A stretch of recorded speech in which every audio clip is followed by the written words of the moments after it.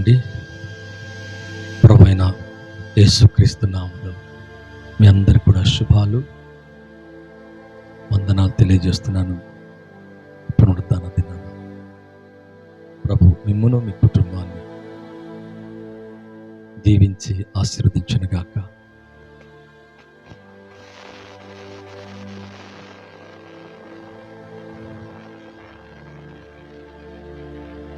ప్రభు నాకు ఇచ్చిన మంచి సమయాన్ని బట్టి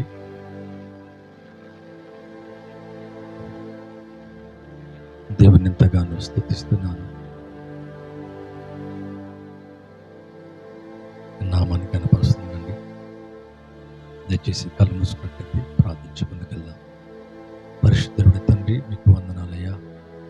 ఎవరైతే లైవ్ వీక్షిస్తున్నారో వారందరినీ జ్ఞాపకం చేసుకోండి. మీ నామములో నాయన వారి సమస్యలు తొలగించమని, రోగులను స్వస్థపరచండి, నెమ్మది లేని వారికి నెమ్మది దయచేయండి. మీ శాంతి, మీ సమాధానము కలిగించండి. ప్రతి బలహీనత తొలగించండి. ప్రతి వ్యాధి, ప్రతి విధమైన సమస్య యేసు నామములో తొలగిపోనుగా. మీ శాంతి, సమాధానము కలిగించండి. బలమైన కార్యాలు జరిగించమని యేసుక్రీస్తు నామములో అడిగి వేడుకుంటున్నాను తండ్రి, ఆమేన్. థ్యాంక్ యూ అండి. చాలా మంచిది. మీరందరూ బాగున్నారని నమ్ముచున్నాను. అలాగే మా కొరకు, పరిచయ కొరకు ప్రార్థిస్తున్న మీకు ప్రత్యేకమైన శుభాలు తెలియజేస్తున్నాను. అలాగే మీ కొరకు నిత్యము ప్రార్థిస్తున్నాం. మీ జీవితాన్ని ఆశీర్వదించునుగాక. మంచిదండి. మరి అనేకసార్లు పరిశుద్ధాత్మ ప్రేరేపణ చేత వ్రాసిన పాట గురించి పాడుతుందండి.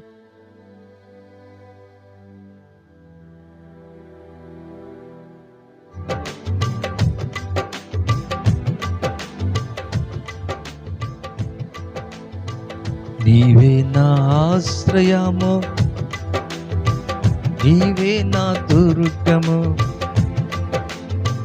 నీవే నా ఆదరణ యేసయ్యా.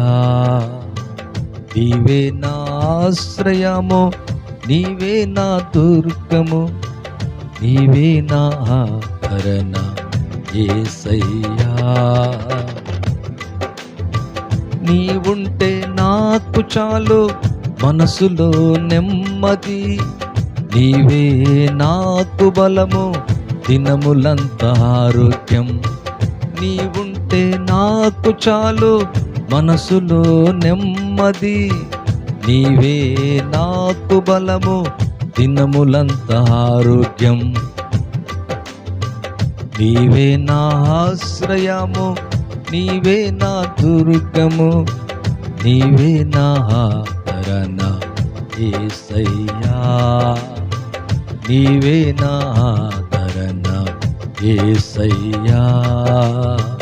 నీవే నా ఆశ్రయము, నీవే నా దుర్గము, నీవే నా ఆదరణ యేసయ్యా.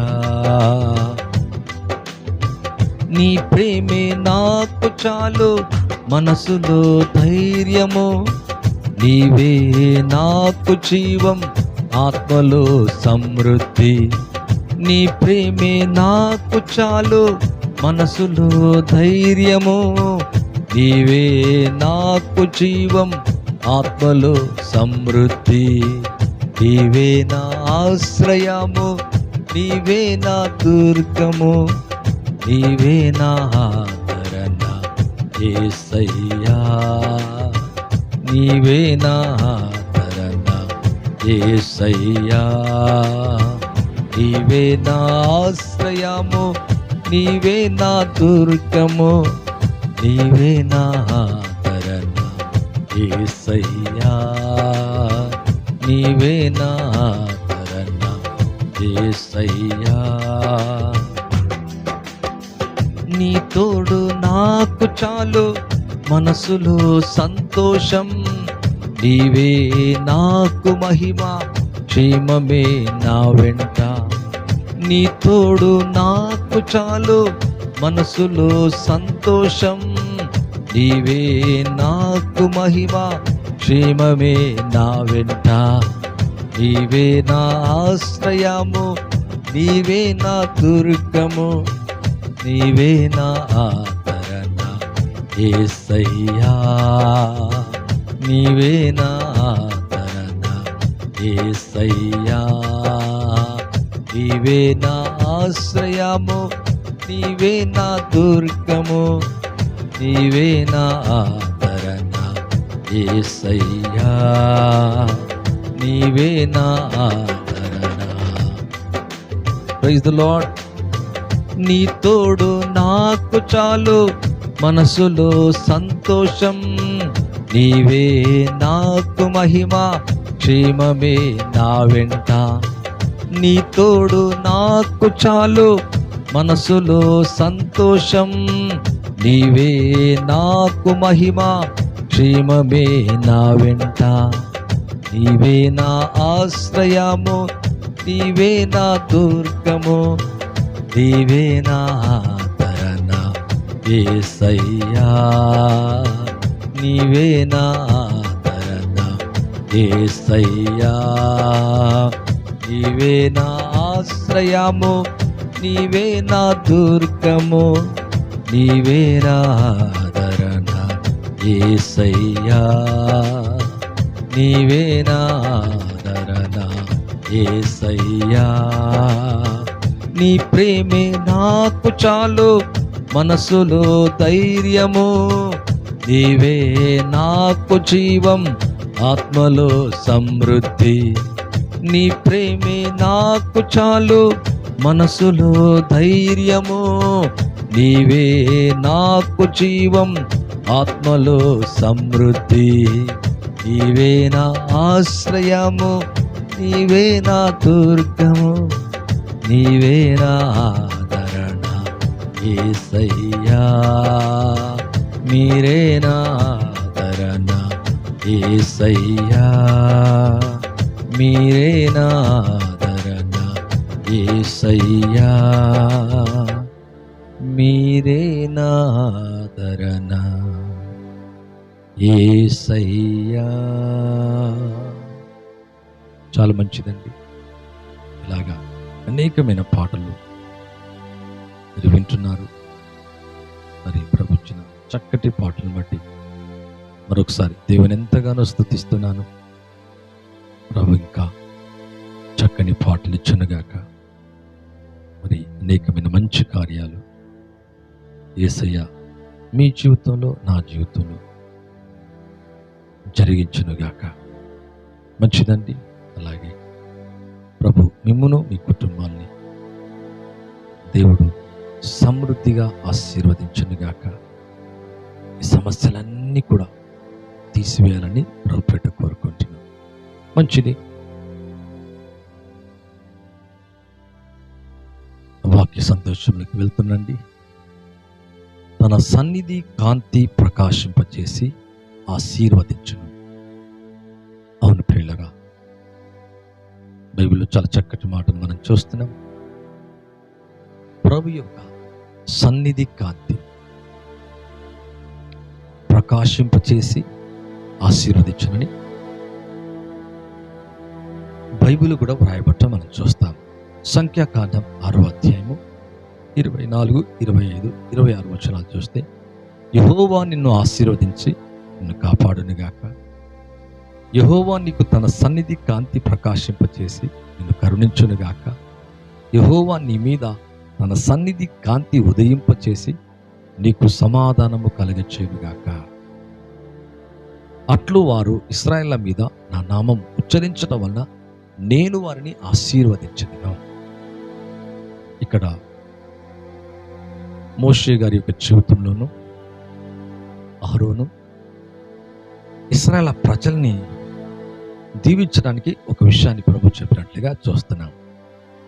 వారు వెళ్ళి ఇలాగ పలికినప్పుడు, ఉచ్చరించినప్పుడు, మాట్లాడినప్పుడు, అలాగ అన్నప్పుడు ఇశ్రాయేలు మీద నా నామమును ఉచ్చరించడం వల్ల నేను వారిని ఆశీర్వదిస్తానని ఇక్కడ వాక్యంలో చూస్తున్నాం. మనం చూస్తాం కదండి. చివరికి ప్రార్థన అయిపోగానే దైవజనుడు తన సన్నిధి కాంతి మీ మీద ప్రకాశించి మనం ఆశీర్వదించనుగా కానీ ప్రార్థించడం మనం ప్రతి వారం చూస్తూ ఉంటాం. నిజమే, అలాగూ చేయటము ద్వారా దేవుడు ఏం చేస్తాడంట, అలాగుచ్చరించడం ద్వారా నేను వారిని ఆశీర్వదించదను. అంటే మోషే అహరోను ఇశ్రాయేలు ప్రజల మీద ఈ విధంగా పలికినప్పుడు, మాట్లాడినప్పుడు దేవుడు వారిని ఆశీర్వదిస్తాను ఇక్కడ వాక్యములో చూస్తున్నాం. మంచిది. ప్రభు మీ జీవితాన్ని తన సన్నిధి కాంతి ప్రకాశింపచేసి మిమ్మును, మీ కుటుంబాన్ని, మీ జీవితాన్ని కరుణించి ఆశీర్వదించును గాక. అందుకే ఇక్కడ వాక్యంలో చూసినట్లయితే యెహోవా నిన్ను ఆశీర్వదించి నిన్ను కాపాడును గాక. యెహోవా నీకు తన సన్నిధి కాంతి ప్రకాశింపచేసి. చాలా చక్కటి మాట అండి. మరి ప్రభు యొక్క సన్నిధి కాంతి ప్రకాశించిన కొన్ని సందర్భాలు ఉన్నాయి ప్రియులారా. రూపాంతర కొండ మీదకి వెళ్ళినప్పుడు ఆయన ముఖ రూపం మారెను. ఆయన ముఖములో నుంచి సూర్యుని అంత తేజస్సు కనబడ్డట్టుగా చూస్తున్నాం. తన సన్నిధి కాంతి మరి దేవుని బిడ్డలైన అపోస్తలుల మీద ప్రకాశింపచేసినట్లుగా చూస్తున్నాం.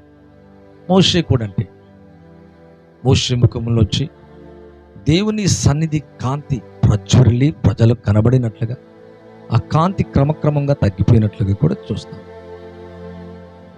అలాగే స్టెఫెను ముఖము చూసినప్పుడు దేవదూత ముఖం వలె ఉన్నట్టుగా చూస్తాం. దేవుని యొక్క ఆత్మతో నింపబడ్డ మోషే, స్టెఫెన్, కొంతమంది భక్తుల ముఖమును చూచినప్పుడు దేవుని యొక్క సన్నిధి కాంతి మరి ముఖములో కనబడినట్లుగా వాక్యంలో చూస్తున్నాం. మంచిది. దేవుడు తన సన్నిధి కాంతిని ప్రకాశింపచేసి నిన్ను కరుణించునుగాక. యెహోవా నీ మీద, నీ కుటుంబం మీద, నీ పిల్లల మీద, నీ భవిష్యత్తు మీద, నీ జీవితం మీద తన సన్నిధి కాంతి ఉదయింపచేసి నీకు సమాధానము కలుగచేయునుగాక. ఇలాగెప్పుడైతే ఉచ్చరిస్తారో, పలుకుతారో దేవుడు తన ప్రజలైన ఇశ్రాయేలు ప్రజల్ని ఆశీర్వదించేవాడు. అవును పిల్లరా, నిన్న నేడు ఏకరీతిగా ఉన్నాడు. అలాగే మనం ఎప్పుడైతే నిజంగా దైవజనులు ఉచ్చరిస్తారో వారిని, వారి కుటుంబాన్ని, ఈ సంఘమును, దేవుని ప్రజల్ని ఆశీర్వదించడం మనం చూస్తాం. లైవ్ చూస్తున్న మీ జీవితంలో ప్రభు తన సన్నిధి కాంతి మార్గాల మీద, కుటుంబాల మీద, మీ జీవితం మీద, మీ ఆత్మీయ జీవితం మీద, ప్రతి పరిస్థితిలో తన సన్నిధి కాంతి ఉదయింపచేసి, ప్రకాశింపచేసి, కరుణించి మిమ్మును, మీ కుటుంబాల్ని ఆశీర్వదించునుగాక. అందుకే ప్రభు సన్నిధి కాంతికి రావాలి, ఆయన ఉదయ కాంతికి రావాలి.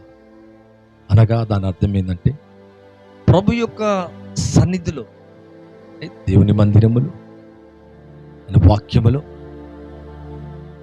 ఆరాధిస్తున్న సమయములో ఆయన ముఖ కాంతిని, ఆయన సన్నిధి కాంతి మన మీద ప్రకాశింపచేసి అతినము, అవారము మన జీవితాన్ని కాచి కాపాడటము మనము చూస్తాం. అటువంటి సన్నిధి కాంతి మీపై, మీ కుటుంబాలపై నిత్యము ఉండునుగాక. అందుకే ఆయన సన్నిధి కాంతిని మనం ఏం చేయాలంటే వెదకాల, అడగాల. ఈ సన్నిధి కాంతి నా మీదికి, నా కుటుంబం మీదికి, నా పిల్లల మీదికి, నా జీవితం మీదికి రాని. మంచి ఆరోగ్యాన్ని చూస్తాం, నెమ్మది చూస్తాం. మన ఆర్థిక పరిస్థితుల్లో అవరోధాలు, ఆటంకాలు తొలగటము చూస్తాం పిల్లరా. ఏదేమైనా కానీ ఇక్కడ చూస్తే మరి ఇలాగా ఉదయింపచేసి సమాధానము కలగచేయును కాక అని ఎప్పుడైతే ఉచ్చరించారో దేవుడు నిజంగా తన ప్రజల్ని ఆశీర్వదించినట్లుగా వాక్యములో రాయబడ్డది. లైవ్ చూస్తున్న మీ అందరి జీవితంలో ప్రభు అటువంటి కృప అనుగ్రహించునుగాక. తన సన్నిధి కాంతి, ముఖ కాంతి మీపై, మీ బిడలపై ప్రకాశింపచేయునుగాక. చూద్దామండి దేవుని యొక్క వాక్యంలో కనుక చూసినట్లయితే యోబు గ్రంథం 11:17. అప్పుడు నీ బ్రతుకు మధ్యాహ్న కాల తేజస్సు కంటే అధికముగా ప్రకాశించును, చీకటి కమ్మునను అది అరుణోదయం వలె కాంతిగా ఉండును. ఎప్పుడు అప్పుడంటే దేవుని సన్నిధి కాంతి మన మీద కూడా ఉన్నట్లయితే, మన మీద ప్రకాశించినట్లయితే, మీనింగ్ నీ బ్రతుకు మధ్యాహ్న కాల తేజస్సు కంటే, మధ్యాహ్నం చాలా తేజస్సుగా ఉంటుంది, చాలా కాంతిగా ఉంటుంది. సూర్యుని వెలుగు కంటే దాని అర్థం మరొక సూర్యుడు నీతిస్తురుడు లేదా ఆ ప్రభువే. ఆ ప్రభు యొక్క ముఖ కాంతి, సన్నిధి కాంతి మన మీద ప్రకాశించినప్పుడు నీ బ్రతుకు మధ్యాహ్న కాల తేజస్సు కంటే అధికముగా ప్రకాశించినట్టు. ఒకవేళ నీ జీవితం ప్రకాశించట్లేదా? చీకటిగా ఉందా? అంధకారంగా ఉందా? చీకటి కమ్మినను అది అరుణోదయం వలె కాంతిగా ఉండును. నమ్మకమునకు ఆస్పాదము కలుగును గనక నువ్వు ధైర్యముగా ఉండు. నీ ఇంటిని నీవు పరిశోధించి సురక్షితంగా పండుకొందువు. ఎవరి భయము లేకుండా నువ్వు పండుకొందువు. అనేకులు నీతో విన్నపము చేసెదరు. ఇక్కడ చూస్తే ఆ బ్లెస్సింగ్, దాని యొక్క బ్లెస్సింగ్ ఎట్లా ఉంటుందో చెప్తున్నాడు. నమ్మకమునకు ఆస్పాదము కలుగును, నువ్వు ధైర్యముగా ఉందువు. నీ ఇంటిని నువ్వు పరిశోధించినప్పుడు సురక్షితంగా పండుకుంటావంట. ఎవరి భయము లేకుండా నువ్వు పండుకుందువు. అనేకులు నీతో విన్నపము చేసెదరు. నిజమే పిల్లలారా, ప్రభు యొక్క సన్నిధి కాంతి మన జీవితాల మీద, మన కుటుంబాల మీద, మనం చేస్తున్న పనుల మీద, మన వ్యక్తిగత జీవితంలో ఎప్పుడైతే దేవుని సన్నిధి ప్రకాశిస్తుందో, అందుకే వెళ్ళాల, మందిరానికి వెళ్ళాలి, ఆరాధించాలి, పాడాల, దేవుని ఘనపరచాలి, ఉదయకాలమే లెగాల. ప్రభు యొక్క సన్నిధి కాంతిని మనం వెదకాల పిల్లారా. అవును, ఇక్కడ యోబు యొక్క జీవితం చాలా చక్కగా మాట్లాడుతున్నాడు. ఒకవేళ చీకటి కలిగినా కమ్మినా అరుణోదయపు కాంతి వలె ఉంటుందంట. మధ్యాహ్న కాల తేజస్సు కంటే అధికముగా ఉండును, ప్రకాశించనని ఇక్కడ చూస్తున్నాం. అలాగా నీ బ్రతుకు, నీ కుటుంబం, నీ పరిస్థితులన్నీ చీకటిమయంగా ఉంటున్నా నీ జీవితాల్లో దేవుని వెలుగు అటువంటి కార్యము చేయునుగాక. యోబు గ్రంథంలో, ఇదే యోబు గ్రంథంలో 25వ అధ్యాయము 5వ వచనాన్ని చూస్తే, ఆయన దృష్టికి చంద్రుడు కాంతి గలవాడు కాడు, నక్షత్రములు పవిత్రమైనవి కావు. మనం చూస్తున్నాం, నిజమే, న్యాచురల్ చంద్రుడు, సూర్యుడు.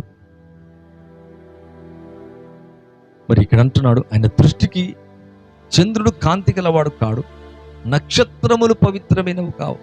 నిజమే, నక్షత్రాలు దేవుని బిడ్డలు, దేవుని సేవకులు వచ్చి వివరిస్తుంది. నిజంగా చంద్రుడు కాంతి గలవాడు కాడంట. మరి ఎవరు కాంతి గలవారు? ఎవరు నిజమైన కాంతించగ నిత్యం ఇవ్వగలరు? ప్రభునే యేసయ్యే. యేసు ప్రభు నుంచి మనకు ఏం కలుగుతుంది? సన్నిధి కాంతి ప్రకాశిస్తుంది. ఇప్పుడు మన జీవితాలు ఆశీర్వదించబడతాయి పిల్లారా. ఇదే యోబు గ్రంథం 26వ అధ్యాయాన్ని చూసినట్లయితే 9వ వచనంలో, దాని మీద మేఘమును వ్యాపింపజేసి ఆయన తన సింహాసనపు కాంతిని మరుగుపరిచెను. సింహాసనం నుంచి ఏమొస్తుంది? ఆయన కూర్చున్న సింహాసనం నుంచి కాంతిని మరుగుపరచాడంట. అంటే ఎవరైతే దేవుని వెతకగా ఉన్నారో వారి జీవితంలో కాంతి మరుగైందంట, మరుగు చేయబడదంట. ఎవరైతే ముఖ కాంతిని వెతుకుతున్నారో, సన్నిధిని వెతుకుతున్నారు, ప్రార్థిస్తున్నారు, స్తుతిస్తున్నారు, వారి జీవితాల మీద సన్నిధి కాంతి ప్రకాశించి వారి జీవితాలు ఆశీర్వదించబడతాయి. ప్రియులారా, ఇలా చూస్తున్న మీ జీవితంలో తన సన్నిధి కాంతిలో ఏ వ్యాధి, ఏ భయం, ఏ మరణం, ఏ మరణకరమైంది, ఏ ఇబ్బంది, ఒకవేళ చీకటి కలిగిన మధ్యాహ్న కాల తేజస్సు కంటే తేజస్సుగా మన బ్రతుకుంటుందంట. అటువంటి కృప, అటువంటి ఆశీర్వాదాన్ని యేసయ్య మీ జీవితంలో అనుగ్రహించునుగాక. తన సింహాసనపు కాంతి నీకు నాకు మరుగుచ్చాడు. ఆయన ప్రేమించినప్పుడు, ఆరాధించినప్పుడు, పాప జీవితాన్ని వదిలిపెట్టినప్పుడు, దేవునికి ఇష్టం లేదని మన జీవితంలో తీసివేసుకొని గుణపరుచుకున్నప్పుడు, మన గుణ లక్షణాలు మార్చుకున్నప్పుడు ఎంతో ఆశీర్వాదం. ప్రియులారా, మరి ఇక్కడ చూస్తే ఇదే యోబు గ్రంథం 31వ అధ్యాయము 26వ వచనాన్ని 27వ వచనాన్ని చూస్తున్నాం. సూర్యుడు ప్రకాశించినప్పుడు నేను అతన్నే గాని, చంద్రుడు మిక్కిలి కాంతి కలిగి నడుచుచుండగా అతన్నే గాని చూచి నా హృదయం రహస్యంగా ప్రేరేపించబడి వారి తట్టు చూచి నా నోరు ముద్దు పెట్టుకునే ఎడల పరమున్న దేవుని దృష్టికి నేను వేషధారిని అవుదును. చాలా మంది సూర్యుడిని, చంద్రుని పూజిస్తారు, ఘనపరుస్తారు, ఆరాధిస్తారు. దైవమని, దైవానికి ప్రతిరూపమని, ఇలాగ అనేక రకాలుగా చేస్తారు. కానీ నిజమైన సూర్యుడు ఎవరు? నిజమైన వెలుగు ఎవరు? ఆ ప్రభువే, ఆ రక్షకుడే, యేసయ్యే. ఒకవేళ ఈ సూర్యుడి యొక్క ప్రకాశాన్ని చూసి అతన్నే గాని, చంద్రుడు మిక్కిలి కాంతి కలిగి నడుచుచుండగా అతన్నే గాని, సేవకున్నే గాని నా హృదయం రహస్యంగా ప్రేరేపింపబడి వారి తట్టు చూచి నా నోరు ముద్దుకి పెట్టుకుని ఎడల పరమందున్న దేవుని దృష్టికి నేను వేషధారిని అవుదును. దట్ మీనింగ్ ఏంటంటే, ఈ సూర్యుని యొక్క, చంద్రుడి యొక్క కాంతి నిజ కాంతి కాదు, నిజ వెలుగు కాదు. దాన్ని రహస్యంగా అయినా కానీ ప్రేరేపించబడితే, నేను ప్రేరేపించబడి ఒకవేళ ముద్దు పెట్టుకుని ఎడల పరమున్న దేవుని దృష్టికి నేను వేషధారిని అవుతును. అంటే ఈ కాంతినిచ్చే ఏ దేన్ని కూడా, దట్ మీనింగ్, ఏ దేన్ని రహస్యంగా కూడా నేనేం చేయను, దాన్ని ఆరాధించ, ముద్దు పెట్టుకోవటం అంటే స్తుతించ, ఘనపరచ. దేన్ని? దేవుని సన్నిధి కాంతినే ప్రేమిస్తాను. ఇక్కడ యోబు యొక్క జీవితంలో మనం చూస్తున్నాం. అందుకే యోబు యొక్క జీవితంలో ఎన్ని కష్టాలు వచ్చినా, మరి ఎన్ని బాధలు వచ్చినా, ఎన్ని ఇబ్బందులు వచ్చినా, చివరికి వచ్చే లోపల రెండంతలుగా ఆశీర్వదించినట్టుగా చూస్తున్నాం. ఈ లైవ్ చూస్తున్న మీ జీవితంలో తన సన్నిధి కాంతి మీ మీద ప్రకాశించునుగాక. అలాగా అహరోను, మోషే ఉచ్చరించారంట, పలికారు. వారు అన్నారు. అలాగా పలికినప్పుడు ఏమైంది? అక్కడ కూర్చున్న ప్రజలు, వింటున్న ప్రజలు, వారిని దేవుడు దీవించాడంట. అందుకే ఆదివారం మనం చూస్తాం, ప్రభు తన సన్నిధి కాంతి మీ మీద ప్రకాశింపచేయునుగాక. ఈ లైవ్ చూస్తున్న మీ జీవితంలో ఆయన సన్నిధి కాంతిలో ఏది మరుగులేదు. ప్రతిదీ తుడిచిపెట్టబడుతుంది, ప్రతిదీ తీసివేయబడుతుంది, ప్రతి కలత తొలగిపోతుంది, నెమ్మది కలుగుతుంది, శాంతి కలుగుతుంది, సమాధానం పొందుతాం, మంచి భవిష్యత్తు కలుగుతుంది. మన జీవితంలో ఉన్న ప్రతి చీకటి తొలగిపోతుంది. ఎప్పుడు దేవుని సన్నిధి మన మీద ప్రకాశించినప్పుడు. ప్రవచిస్తుందండి మీ జీవితంలోకి ప్రభు యొక్క సన్నిధి కాంతి నీ మీదే కాదు, నీ భర్త మీదే కాదు, నీ భార్య మీదే కాదు, నీ పిల్లల మీదే కాదు, నీ మార్గాల మీదే కాదు, నీ చేతి పనుల మీదే కాదు, ప్రతి ఏరియాలో, ప్రతి ఉదయకాలం, మధ్యాహ్నం, సాయంత్రం, అన్ని వేళలా తన సన్నిధి కాంతి, తన ఉదయ కాంతి తన సింహాసనంలోంచి, తన ముఖములోంచి, ఆ ప్రభు యొక్క సన్నిధిలోంచి తన సన్నిధి కాంతి ప్రకాశించి ప్రతి చీకటి భయాలు, ప్రతి మరణకరమైంది, ప్రతి పేదరికం, ప్రతి విధమైన సమస్య పూర్తిగా వానిష్ అనగా కంటికి కూడా కనబడొద్దండి, అలాగూ జరుగునుగాక. అందుకే దావీదు అంటాడు ఎక్కువగా, నీ సన్నిధి కాంతి నా మీదకి రాని నాయన, ప్రకాశింపచేయి ప్రభా. అవును ప్రియులరా, మన జీవితంలో కూడా మనం అలాగా అడగాల, కోరుకోవాలా. చూద్దామా, ఆ మాట చూద్దామా. కీర్తన గ్రంథం దేవుని యొక్క వాక్యములో గనక చూసినట్లయితే 31వ అధ్యాయము 16వ వచనాన్ని చూస్తే, నీ సేవకుని మీద నీ ముఖ కాంతి ప్రకాశింపచేయము, నీ కృపచేత నన్ను రక్షించము. అంటే దావీదు యొక్క జీవితంలో ఏం కోరుకుంటున్నాడు, ఏం అడుగుతున్నాడు? మీ సన్నిధి కాంతి. ఒకసారి నీకు కనబడచ్చు, ఒకసారి కనబడకుండా ఉండొచ్చు. పేతురు, యోహాను, యాకోబుల పక్కనే ప్రభు తిరుగుతున్నాడు. ఇప్పుడు ముఖమంతా వెలిగినట్టే కనబడదా ఏంటి? ఇప్పుడు కనబడలే. ఒక దినాన రూపాంతర కొండ మీద తన ముఖములోని వెలుగుని చూపించినట్లుగా చూస్తాడు. మోషే ముఖం 24 గంటలు ముఖం తెల్లగా లేకపోతే లైటింగ్ లా కనబడదా? కానీ కొన్ని సందర్భాల్లో ముఖం ప్రకాశించిందంట. ఆ ముఖముని యొక్క ప్రకాశాన్ని చూడలేకపోయారట. కొద్దిసేపు తర్వాత తగ్గిపోయారు. స్టెఫెన్ది కూడా అంతే. ఆయన ముఖం చూసినప్పుడు దేవదూత ముఖములే కనబడిందంట. అంటే లోపటున్న దేవుని ఆత్మ ప్రకాశం కొన్ని సందర్భాల్లో దేవజనులోంచి, అది ఎవరిలోంచైనా కానీ ఆయన ముఖ కాంతిని ప్రజల మీద ప్రకాశింపచేసినట్టుగా చూస్తున్నాం.